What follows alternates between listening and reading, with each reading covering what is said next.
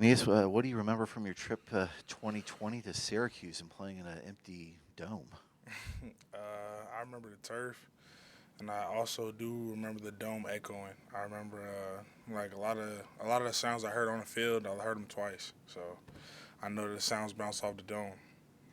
Does that give you any sort of preparation mindset for what it can be like with fans in there? Yeah, I mean, well, thankfully we play at Lane Stadium and it's pretty loud in there. So I mean, I assume it'll be a kind of similar feel with it being really loud in the dome, like I remember in 2020. Is that the only other time you've played in a dome before? Yep. And what's that like in terms of preparing to play in a dome stadium versus, going to open air? Yeah, just knowing that that the environment isn't going to be as much of a difference, but always knowing that we're going to play on turf instead of grass. That's also a big difference. You got to switch your cleats. Just it just changes how you prepare for the game.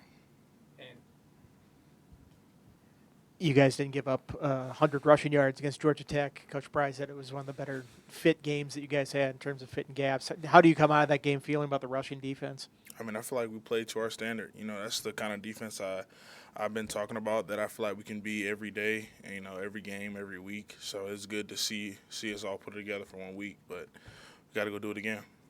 It seems kind of like whiplash going to a different style of offense this week where Syracuse throws the ball a ton.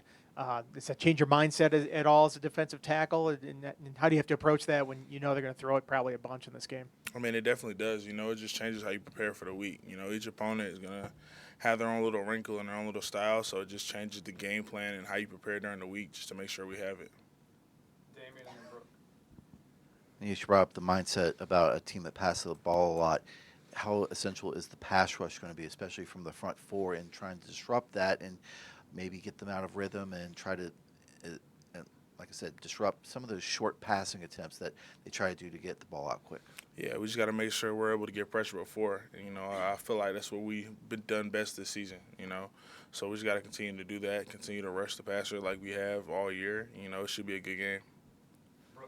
Outside of the pass, what do you see on offense that you guys are prepping for? They have a talented offense with talented receivers and a great quarterback. I do understand that he didn't have his best game. Coming from Pitt, but in the past that guy's lit it up. I mean, as we know, he leads the league in passing yards. So we got to be ready for that.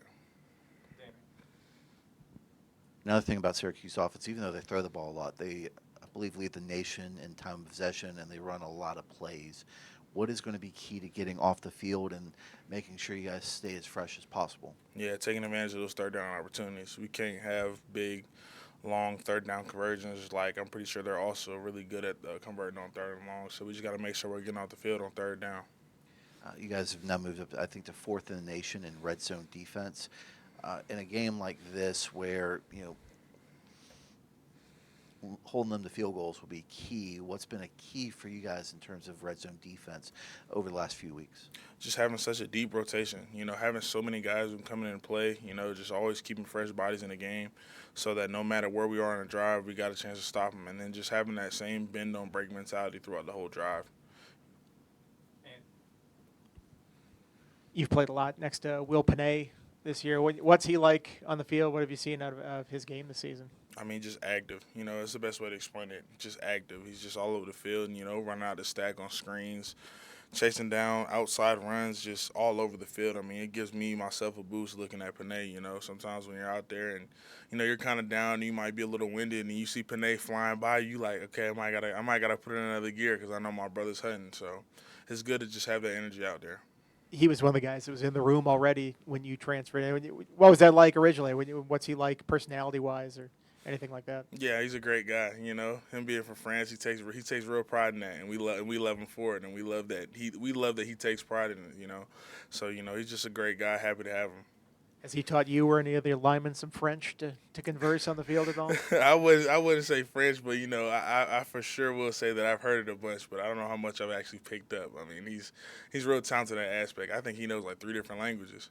So he's kind of muttered to himself in French when he doesn't want anybody to understand, or what does he do? Oh no, he speaks it out loud. I just can't pick it up. I'm I'm working on English, so I can't pick it up. Is having a different language one of those where you could say something during the middle of the game and they don't understand that you're actually trash talking you? Yeah, I'm sure you had to ask Panay that, but I'm sure he's definitely said some nice things, in French. You mentioned his motor. Everyone talks about like Keyshawn Burgos' motor is probably one of the highest on the team. Where does Panay rank in terms of his motor and his activity out there? I mean, it's if not equal, just below. I mean, that's kind of one of those things those two guys go back and forth about in practice all the time. I mean, we're always racing first one to the drill or first one in line or first one to the station. Like that's one of those things we kind of take pride in as a D line this year is running to the ball, and those guys are definitely at the forefront of that. You guys were rolling with five there on the defensive line until Kamari suffered his injury.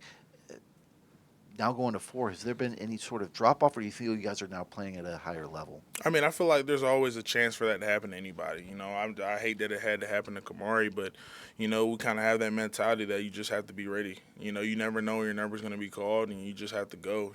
Coach Price always said that if somebody goes down, we got to step up 50%. So that's what we all had to do. Back of the room, Miriam.